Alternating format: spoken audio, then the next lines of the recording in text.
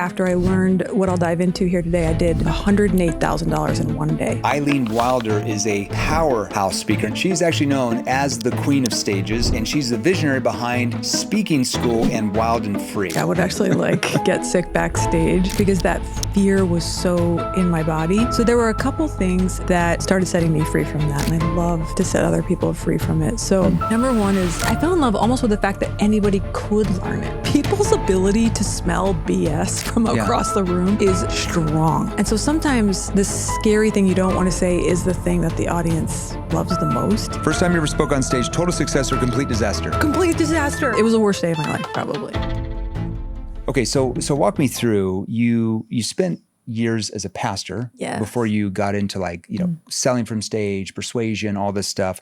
How did your background as a pastor really shape you to do what you do right now? I know. Yeah. Yeah, it's so funny when I talk about that I was in ministry because it's such a rare occupation. And so in my world, women were allowed to be pastors and are pastors. So me and my husband, we were kind of associate pastors at a church. So meaning we were the number twos and in Washington, D.C. And how I have felt the 20 years that I was doing that has made me so much money now is a couple things I noticed. You did it for 20 years? Yeah. Holy cow. Yeah, right on Capitol Hill. Oh, yeah, wow. isn't that wild? Yeah. So it was so many years. It almost feels like I lived another whole life. Another life. Yeah. And so in some ways in my brain, I'm sort of retired. This is your hobby. Yeah. Okay, yeah. But there were two things. We learned how to be great with people. So in nonprofit ministry, especially pastoral care, people are calling you all times of the night. You know, you're just helping people. So in some ways, people in nonprofit work are actually the best case studies to follow persuasion because they're moving the masses, but not based on a monetary return. It's just vision. It's the emotional transfer. I love that. Okay, so you talk a lot about in some of your reels and stuff that you used to be terrified to be a public speaker. Yes, yeah, for sure. And now you're known as one of the best public speakers in the world. You actually teach people how to be public speakers and how to persuade from stage. How did that transformation happen? Yeah, 100%. I mean, for those of you who haven't heard my story, so 5 years ago, we're Uber driving in a 2-bedroom apartment. And a couple months later, after I learned what I'll dive into here today, I did $108,000 in one day. Oh, wow. Okay. So once I did that 6 figures in one day, something happened in my mind where I was okay, there's something here and I'm not naturally born good at this. Yeah. I'm terrified of speaking in public. I was very nervous to speak in front of this small room of 12 people. But once I made the $108,000 a day, I was I'm going to start applying myself. I'm going to start learning. Somebody like me who's terrified. One time I ran off the stage, Jeremy, as they were introducing me at an event. Speaking engagement? And because I was that scared. What? I ran out the back when you door. first started? Oh my God, yeah. You ran out the back door? Yeah, it was whatever people, if they're I'm afraid of speaking, I get it. So once that 6-figure day happened, I started going, okay, how can I love this? How can I get better at this? How can I get better at not just the speaking part, but the selling part? Yeah. And so I fell in love with the learning of I fell in love almost with the fact that anybody could learn it. Yeah, right. You're not, I always say if I'm doing a keynote engagement, it's hey, raise your hand if you were born with advanced questions. Raise your hand if you were born with advanced tonality out of your mother's womb. Raise your hand if you were born with advanced objection prevention handling skills. Everybody's no. Okay, so what you're telling me is that it's something you acquire, something you learn. I love that. And you said something really brilliant there. Going back, you said you were so afraid of public speaking that you ran off the stage. And I think a lot of people have that fear. Yes. Psychologically, though, as you know now, it's not actually a fear of public speaking. It's a fear of how people view you. It's a little bit of a difference. And you know that, right? So we don't have a fear to speak in public. We have a fear of what people will think when we speak in public. That's what we fear, about it, right? Jeremy. The difference. How did you overcome that fear?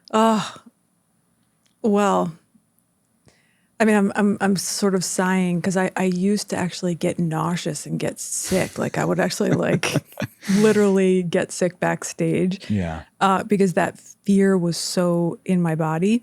So there were a couple things that started setting me free from that. And I love to set other people free from it. So number one is to 100% divorce yourself from the outcome. So this works in one-on-one sales calls. This works in presenting one-to-many, public speaking, selling one-to-many is, I just completely divorce myself from the need for anything to happen. Yeah. You weren't attached is what you're saying. You like detached yourself. Well said. Yeah.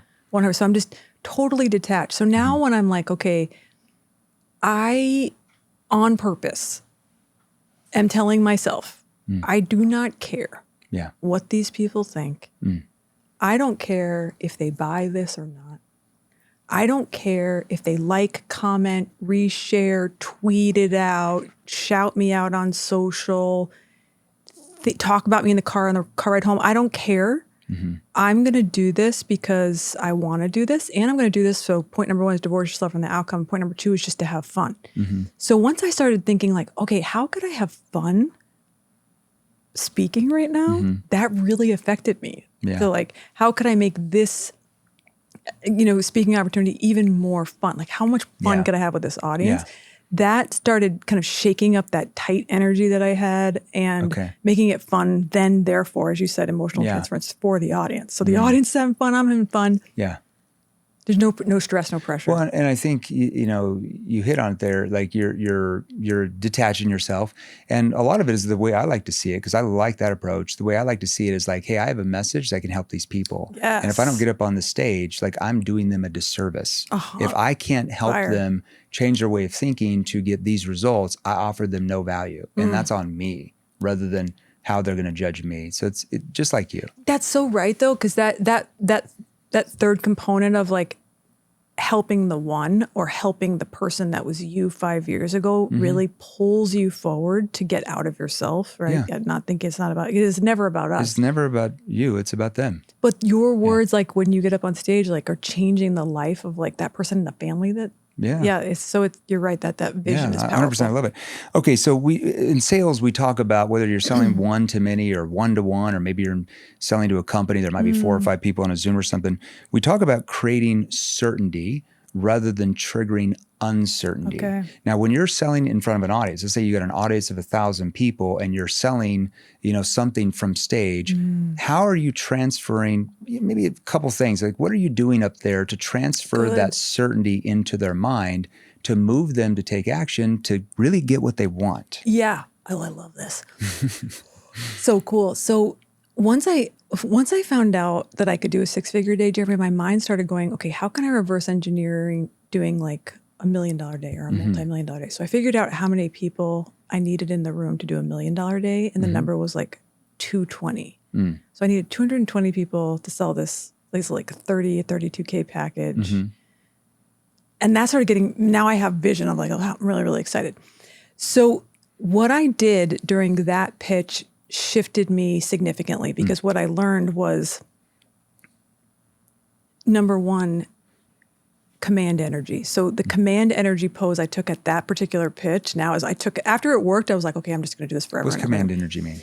So it's like when you move into the pitch, or I call it the invitation. When we're moving into the invitation, we're going to start to take a frame of I'm in charge. Yeah. Now, I've taken the frame in the authority. beginning of the event as well, and I keep taking it about the kind of beginning for me of every session. But when I'm moving into the invitation, I am going to be at the strongest assertion of that frame. So I'm saying things in my tonality where I sort of sound like a police officer. Okay. Yeah. Okay. Kind of like, license and registration. So for a female, this is very important for females in your audience where to lower the tone, because there says nothing irritates an audience more than a woman in a high-pitched frequency. Tone. Yeah. I agree. So I'm lowering that tone and I say, would it be okay with you if now I shared a little bit about how we serve people? Good. Okay. So I'm kind of, this is asking for permission. Yes, right. Nobody's going to say no because they already respect you from everything you've done up until that point. Yeah. Yeah. And then inside, the mental syntax that I'm now adopting at that pitch and invitation position is, I'm the best in the world at what I do. Mm-hmm. And this is the best offer for the right people.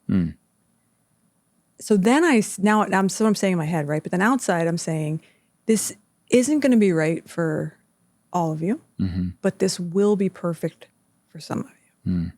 So now it's like embedded command, right? So now I'm like, this is perfect for some of you. So that's kind of the command energy that I'm speaking to. In contrast, it's not a needy energy, a weak energy, a selling on my heels energy. I'm not sitting down. I'm not creating slowness. I'm creating authority. Yeah. A lot of people mess this up right at that moment, that turn into the pitch. So what do? They go like they get, I think voice, a lot of people get nervous they have anxiety because they view selling something they view selling as something you're doing to the person. Like it's a bad thing, like you're manipulating them. Whereas we would view selling something you're doing for them, because if I can't, I have a moral obligation like you do to be able to help them get, certain sales skills to be able to make more sales so they can provide a better living for their family and help more of their prospects get what they want. I have a moral obligation. So I'm doing that for them. And if I believe I'm doing something to them, you're always going to have anxiety and fear when you get up to make the offer. And your voice can completely shift from teaching to selling that way if you believe that. I have never felt more cringe or awkward for somebody when I'm watching them do this than watching that at that moment. Like I'm like, oh no. Because they view selling something you're doing to them. Like it's bad. They got to start shifting it. Like you're doing this for them to get them where they want. Like without you offer them no value. Because what's the likelihood that they're going to master anything from a 2-hour seminar or like an hour speaking engagement that you did? They're not going to master what you did. It's like an overview of it's like an overview of an opportunity you could have. But for them to get to mastery, they have to like have a step-by-step plan taught by obviously somebody who's mastered it themselves. Come on, Jeremy. I love that. Now, let's get into this. So it's that authoritative tone, but in a way where it's kind. It's not like overbearing, but it's like, I'm the expert, I'm the authority, and I'm here to help you. I love that. Yeah, definitely. Great awareness there. Because I mean, especially from a female, nobody's looking to have like a female boss them around. So kindness, but authority, like I've got you. It's that I got expert. You. Yeah. I've been here where you're at. Yes. I've also know where you can go type of thing. I love that. You've also shared stages with Tony Robbins, Ed Milet, Russell Brunson. We were just talking about Russell.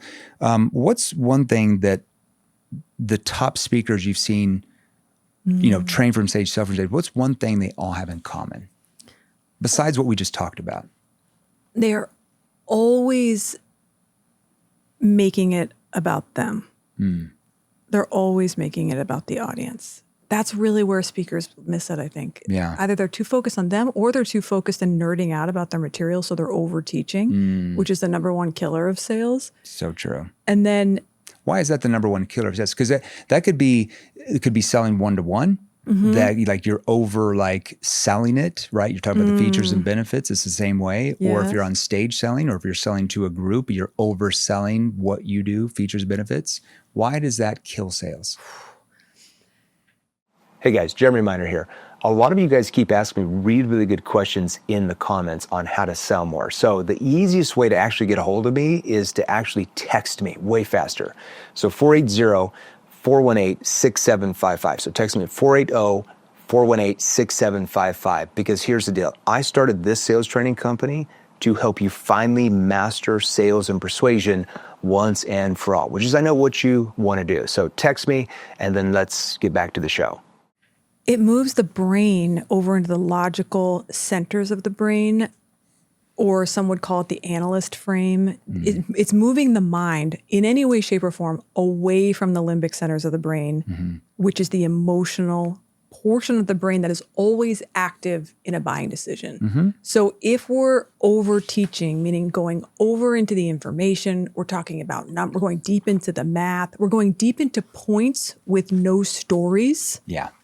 It's like, because it's information overload.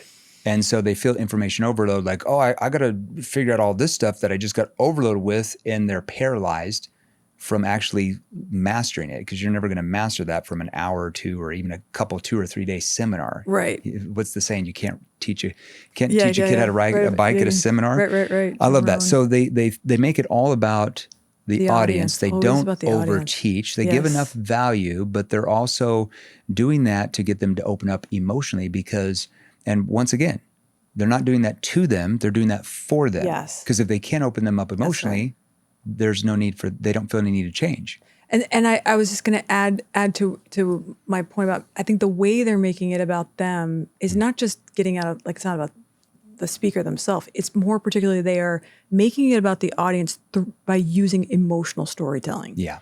That's keeping the audience, serving them the best, breaking off limiting beliefs. It's keeping them entertained, keeping the dopamine flowing, all the right chemicals are flowing to then make the buying decision. Yeah, it's keeping them engaged. And every salesperson on here, anybody watching us knows that human beings do not buy logically, they only buy emotionally. And so if we overload them with too much information, that's taking them back to their logical side of the brain and they're paralyzed. That's where you get a lot of objections. What's one big difference between closing from stage compared to closing one-on-one? You've got to know, you know how on one-on-one you can ask the person, you can uncover their personal objections? Yeah. You just like ask a lot of great questions. Yeah. And you can custom tailor the presentation, right, to their objections. Yeah. When you're selling one-to-many, you've got to be dialed in, and I have a really great tactic for this. I'll give it in a second. To knowing like all the objections. Yeah. What is the? We've got to know 1,000 people in there. There's going to be more than one objection. Hit a lot of objections and elegantly. Yeah. Through story to overcome the objections. So the number one way that I do this is I'm just doing an ask campaign before I'm getting up in front of an audience. Yeah. Or if they're like joining a class, I'll get in the Facebook group and I'll be like, hey, what's your number one challenge trying to accomplish this? And then I'm going to get all the objections. Yeah. And then I can curtail my stories to hit. But it's kind of like almost like a shotgun effect. We've got to knock over 99 objections in one presentation. Yeah. And you're customizing it through other stories. You're not like trying to overcome their objection right there on the spot, like saying, hey, I know some of you have this objection. You're telling it through like a third party story about somebody who had this thing happen and here's how they overcome it. So they they're able to accept that because you're not telling them, you're telling like a story of maybe somebody who taught you, right? Yeah. That's the beautiful way of doing it. So like, and when you're telling those stories, the point you want the audience to believe or adopt or have, like, just simply, if you just start to tell a story, and you can do this one-on-one or from stage, is just to have two people have a conversation. Yeah. Have two people have a conversation and then make the point that you want the audience to believe a part of what one of the people in the conversation comes to the awareness. It's called indirect framing. It comes from like Milton Erickson with patients. So you're indirectly framing them. You're not telling them that they're wrong or whatever, but you're indirectly doing it from a third party, right? Great. You might say something like, a mentor of mine once told me that people who don't commit are never successful. We all know that, right? Like people who do not commit, they're never successful, right? I mean, that's just the start of the frame. I'm not saying, hey, if you don't commit, you're never going to succeed, because they'll be like, well, I'm committed. But my mentor told me that people who don't commit are never successful. We all know that, right? You all know people who don't commit and never go anywhere in their lives. They go into the you is very powerful too. So we're just switching. It's an indirect frame, and I'm not doing that to them. I'm doing that for them, right? I'm doing that for them to get them to open up. You talk a lot about emotion, authenticity when you're selling. How much of persuading someone to buy do you feel comes from what you say, or do you feel like it comes from more how you say it? Wow, that's such a great question, Jeremy. If I had to choose, I'm going to go with how you say it. Exactly. Why is that so key? Sales is the transference of energy. So it's the nonverbal cues and communication you're putting off that is making the sale. It's the not tonality, the the body language, facial expressions. Yeah. And I mean, I'd go so far as to go like heart intention. Yeah, sure. like people can feel, people's ability to smell BS from across the room is strong. Yeah. So Aristotle would talk about when a man would stand in front of a group of people, ethos is what would carry the presentation. So who he was, who he is as a person. So you are actually the transmission of who you are is what people are encountering, whether we're on the phone or on the platform or in conversation. So it's all comes back to energy, right? It's so good. Yeah, it's the tone, it's the body. And I want to define something because I know what you mean by transferring energy. I think some people might be like, oh, I'm going to be really enthusiastic. Yeah, good. That's a difference. Describe the different energies, because it's not just being like really, really excited. We don't want to be boring, but we don't want to be like, super salesy. So it's a very vulnerable moment. If anyone's watching me on video, they can probably tell that I'm like very enthusiastic. So one lesson I have had to learn quite painfully is tone it down. Yeah. Because my personality is like high, very enthusiastic, and that will actually trigger people to be on edge and to be suspicious, and it will trigger into like the croc brain, or basically whoa. Yeah, because they're used to patterns from salespeople that are super excited. Yes. But it doesn't mean you can't be excited. It's just like there's certain times you are excited, but then you go to different tone. Yes, it's voice, I like it's that. vocal framing. You're doing different tones for different reasons, Yes. right? So there are some times you're going to be really excited, but then like, what happens though if you don't? And Right. you're just shifting the tone, I love and then it that. shifts The the energy. variation. I love that. Yeah. I love that. Okay, what patterns have you seen in those who succeed really fast in sales or persuasion? What are some patterns? Maybe a couple patterns that you see from that you do that other great speakers do? Well, number one is just taking massive action and getting out on social and speaking on as many stages as possible, because the reps, you learn through the reps which stories hit.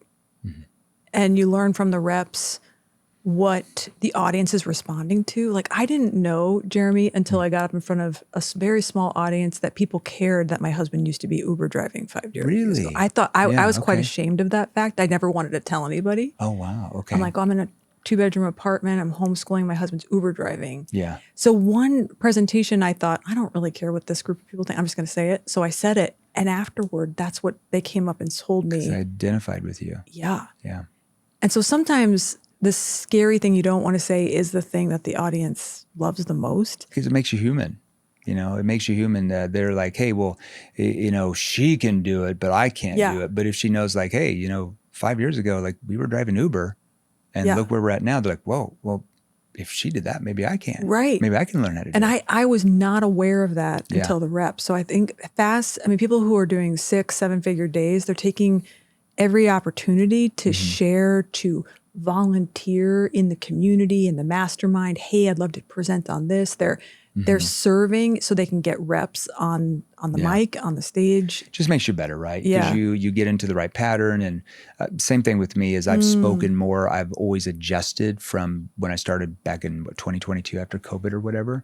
So always making adjustments, always trying to improve, right? Just like you. What's a sales principle that completely changed your business once you mastered it? Like something that you shifted, besides all the things you've said, there's some way of thinking or some principle that helped you really shift to go from even when you started 5 years ago to where is Eileen right now at the end of this year? Maybe even a year ago, you were maybe here and now you're here. Like, what's one thing that's really shifted for you to get you to the next level? A sales principle that's Anything. taken me. Principle, mindset, sales. Yeah. Well, I'd say a couple things come to mind is just I'm incredibly leaned out in my invitation style. And I have noticed that this closes for me, we're consistently closing, to cold traffic, 10% on a $25K offer. And then I have a $100,000 and $250,000 offer. And I'm very leaned out. What do you mean by leaned out? Remember in high school where there'd be like the it girl. Okay, yeah. Or like the it guy or the hot girl. Sure. Like the hot girl from high school. Let's just go there. Yeah. And sometimes when I say that, almost everybody can like instantly remember a face or a name, or that they've got it. Sure. And you remember how the hot girl from high school, like when she'd walk around, it's like she didn't really care what anybody thought. Yeah. And that caused other people to lean in. Oh, I see. Yeah, right. So you come across like you're detached. You don't really care. So by default, it shows it in the other people's brains. It shows that you're more higher status because you don't care what other people think. Yeah. Yeah. It's almost like a prize frame, right? So people call it. Yeah. So adopting that type of mindset, especially when you get to the invitation that you are every person listening to this, the hot guy or the hot girl from high school. I love that analogy. Act like the hot guy or hot. Yeah, like act like the sports athlete from high school, or the the star quarterback, or the hot girl. Yeah. And they were so leaned out. And so in contrast, like, do you remember somebody who was like really into you that you were not into? And maybe they said something. They were attached. And it caused you to be not attached to them. And it doesn't even matter what you look like. You can be like, I always say this, like, there's people that walk up to you that are like not that good looking, right? And they have the presence though, that they don't care. And you instantly take notice when they talk to you that this person's higher status. Doesn't matter what they look like. It's how they come across. Doesn't matter their looks. Because you've also seen like beautiful people come up to you and like, something's they're insecure, or they're just needy or attached, and it's like, ugh, like you'd rather talk to the person's 550 pounds overweight, no pun intended, right? Right. But it's just their presence, but that's how they come across, how they use their words, what they ask you, what they say, do they act like they need you, or do they act like they're on your same level? Right. Yeah. I love that so what you highlighted for me is something I didn't have there before. So it's really just a status. So in my mind, I thought it was energy, but really, so what it's triggering is I'm of higher status. Yeah, in your brain. Yeah, because just how you come across. It's the words you say. It's how you say those words, your tone, and it's how your body language communicates to them. Like, I'm on the same page as you. Like, I'm just like you. I'm not like looking up to you like, oh, I'm a fanboy or I'm a fangirl, like, oh, I'm just talking to you like a normal conversation. Yeah. And people will respect you for that. Like, oh, wow, there's something important here. Love that. I can tell you so many stories about that. For somebody who's listening, who's afraid to sell, present, or get on stage, what's the first mindset shift they need to make to step into that? Besides just knowing that it's something you're doing for them, not to them. What's like a mindset shift they need to understand that they might be scared to sell or present? The first step that I would take would become so on fire with something you want to share. So I love this quote from, his name is Saint Irenaeus. He says, like, the glory of God is man fully alive. And when you're like on fire with your thing, whatever you want to talk about, it is what the world needs more of right now, is like people on fire. Yeah. So what I would endeavor to do, like the first step, because once you get it so on fire, have you ever been like talking to a friend, or you're so excited to talk about something, you're like, oh my gosh, like I'm sure you're like, I just read this book, or you know, you just can't, it's like you can't help just coming out of you. If you can get in a way where you immerse yourself in the message that you want to share. Tactics here would be like deep dive, read the books, go to a conference, immerse yourself in the YouTube videos, become so on fire with it that you're like, I can't not share this. And it will effortlessly come from within you, out of your heart. And it will make the world needs it. It'll make it so much more fun for you. But if you're not excited about what you're talking about, in some way or shape or form, like, that's just don't do it. Comes across fake, right? Comes across fake. Like, we don't need any more boring, like, we're fine. Like, we're good with boring speakers. Yeah. Like, if you're terrified, just become so excited about what you want to talk about, and then just volunteer to go share it somewhere. Yeah. Just go out there and get the reps. There's a lot of like speaking organizations that they can go to. I know back in the day when I was in corporate America, there was like Toastmasters and stuff like that. I'm assuming that's still around. What's around to do that? Yeah, well, I would in the beginning, I would go to like owners of Facebook groups. I'd be like, hey, what's up, Jim? I love what you're doing here in the crew. Like, if you ever want something to train, I actually did this. I remember with Alex Ramosi. I was like, hey, if you want me to train on events, like, just let me know. And he's like, yeah, let's hop on a call. Like, you can just offer to help people. I know this is revolutionary for everybody listening to this right now. But like, there aren't many people who have a unattached approach to offering to help people. Yeah, you stand out, especially in the early stages of your career with whatever you're doing. I 100% agree. All right, some rapid fire questions I've got for you. Fun. First time you ever spoke on stage, well, do I already know the answer to this one? Is this the first? I'm going to ask you again. First time you ever spoke on stage, total success or complete disaster? Complete disaster. What happened? They said, let's welcome to the stage Eileen Clark, my maiden name, and I ran out the back door. Oh, this is the one that was the first time you spoke. That's you ran out the back door. Yeah, that's the first one. Nobody took the mic. Nobody came to the platform. Dead silence. And what happened after that? Pure awkwardness. What happened after that? Shame, guilt, the worst. It was the worst day of my life, probably. Oh my gosh, I love that. And yet you're here. Thank you, everybody. Lord. Listen and watch that. Worst day of her life. Didn't go on stage, yet she got back up on that stage, and look at her 5 years later. Super scared and then successful. I love that. It's almost like a movie. I love that. One word that describes the greatest communicators. Flow. I like that. Biggest lesson you've learned about sales psychology?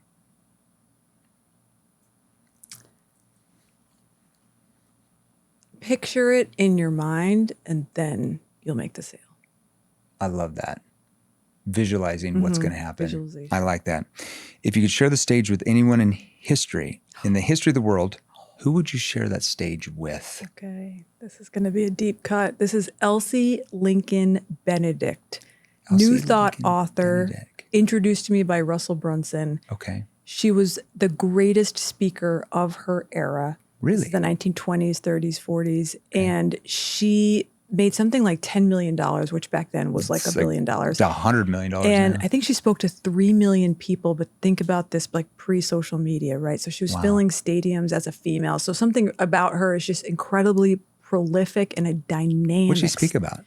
She would talk about things of actually how to analyze people by sight.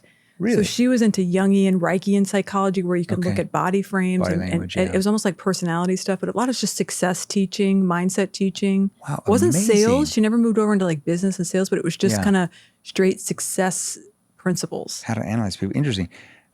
I'm going to look that up. What's the most unexpected place you've ever delivered a presentation or spoke from stage? What's like just the craziest place you did public speaking? This would be definitely back in my like street preaching days. So it'd probably be New York City, on the corner, Jamaica. I mean, we used to just do the craziest things, grabbing mics. I mean, just talk about pure unadulterated speaking without caring what people would say. Yeah, I mean, we did some crazy stuff. Like, I believe a little bit different now, but just if you want to see like just no fear, you can see some powerful stuff happening in the nonprofit spaces, like just no fear of people. Just no fear. I love that. Just kind of out of our mind. It helped you get where you're at. Yeah. What's a habit or ritual that you do that instantly puts you in speaker zone? Ooh. Like before you go on stage, what's like this ritual you do that gets you zoned into the audience? Oh, I love it. I'm always visualizing. So I'm always laying down or sitting and visualizing how I want the audience to be reacting and responding to me. Things like I want them shouting my name. I want them writing notes. I want them excited. I want them spontaneous applause, standing ovations, you name it. I want them reacting, responding, because I know that's going to be how their life transforms. The more energy they get out of it.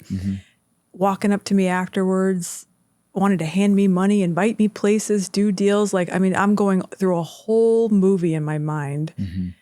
And then backstage, I'm usually either doing the same thing or listening to music that'll pump me up, you know? Just reminding myself, it's easy, it's fun. You got a lot of people to help. Yeah. I didn't even write this down, but I wanted to ask you, what's your favorite audience size? Do you like a crowd of 50, couple hundred, or do you like 2,000, 5,000? Every speaker has their different crowds they'd like to speak in size-wise. Yeah, I like them all, but I do, large arenas and stadiums, you can cause like a mass persuasion moment because the more people there are, the more energy that there is. And if you can get them all united, and especially what I love to do is get them united together and then against a common enemy. It's unlike any feeling you've ever like witnessed as a person. What's your largest crowd you've ever spoken in front of, like in the last 5 years? Probably 10,000. Nice. Where was that at?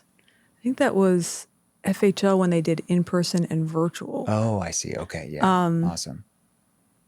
Yeah, I think that would be I love that. What's your favorite book? I'm going to do this. Yeah. That's a hard one. Anybody ask me that question, I'm like, I don't have a favorite. It's like a movie. What's one of your top 5 favorite books? Let's do that. Okay. Yeah. U Squared would be one of my top U Squared. 5. Interesting. Why U Squared? Because it's simple. It's profound, it's simple, and it teaches you to stop focusing on your limitations and start focusing on quantum leaps. Because I think everybody starts to look for all the hard ways. It's hard to grow the business. It's hard. It's going to take a lot of work. But what if it wasn't? Yeah. So that book. I love that. Really impacts me. Where can everybody learn more about what you do? There's a lot of people here that, obviously everybody here is in sales. They're selling something from any industry. They could be a coach as well. They could be a business owner, consultant. Where can they go to find out more about what you do, to learn how to speak and those type of things?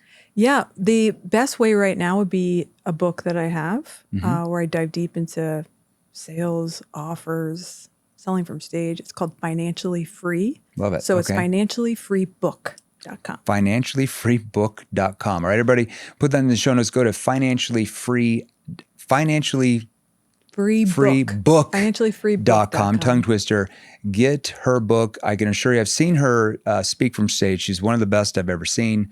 Make sure you follow her. We'll put your IG. What's your IG handle? Eileen Wilder. Eileen Wilder. We'll put her IG in there as well. And until next time, you got questions, also text us 480-637-2944. We'll see you next episode.